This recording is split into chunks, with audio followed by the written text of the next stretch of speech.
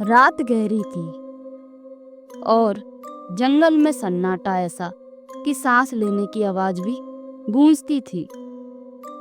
चांद की हल्की रोशनी में पेड़ों की छायाएं डरावनी आकृतियां बना रही थी। रमेश ने अपने डर को दबाया और आगे बढ़ता रहा। अचानक उसे लगा कि उसके पीछे कोई चल रहा है। उसने पीछे मुड़कर देखा, लेकिन वहां कोई नहीं था। उसने सोचा शायद हवा में पत्तों की सरसराहट होगी, लेकिन जैसे ही वह आगे बढ़ा, उसे एक ठंडी सांस अपनी गर्दन पर महसूस हुई। उसका दिल जोर जोर से धड़कने लगा। उसने टॉर्च घुमाई, लेकिन रोशनी में सिर्फ पेड़ और झाड़ियां ही दिखी।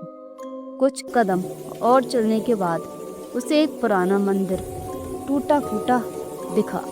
मंदिर के बाहर एक अजीब सी मूर्ति थी, जिसके चेहरे पर कोई आंखें नहीं थी। रमेश ने हिम्मत जुटाकर मंदिर के अंदर कदम रखा।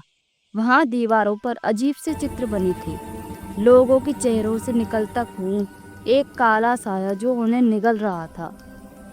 अचानक मंदिर का दरवाजा जोर से बंद हो गया। रमेश ने भागकर दरवाजा खोला। उसने खूब कोशिश की, लेकिन दरवाजा टस से मस न हुआ। तभी उसे एक फुसफुसाहट सुनाई दी, तूने मुझे बुलाया।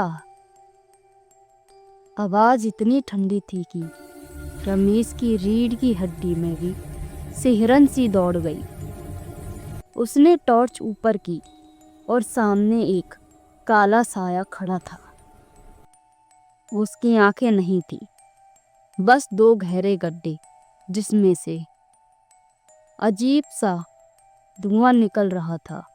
रमेश चीखा और भागने की कोशिश की, लेकिन उसके पैर जमीन में गड़ गए। साया धीरे धीरे उसके करीब आया। उसकी फुसफुसाहट अब चीख में बदल गई। रमेश ने आंखें बंद कर ली और जब आंखें खोली तो वह अपने बिस्तर पर था। उसका पूरा शरीर पसीने से भीगा हुआ था। उसने सोचा शायद यह एक बुरा सपना था, लेकिन जब वह उठा तो उसके पैरों में मिट्टी लगी थी। उसकी टॉर्च मेज पे रखी थी, जिसके शीशे पर खून के धब्बे थे।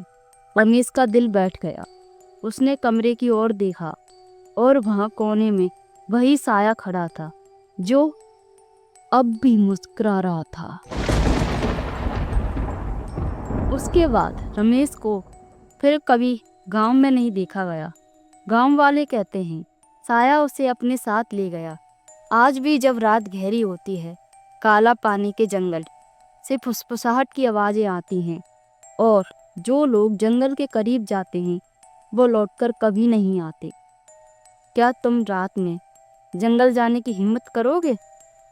आपको कहानी पसंद आई हो तो कमेंट करके हमें बताएं। धन्यवाद।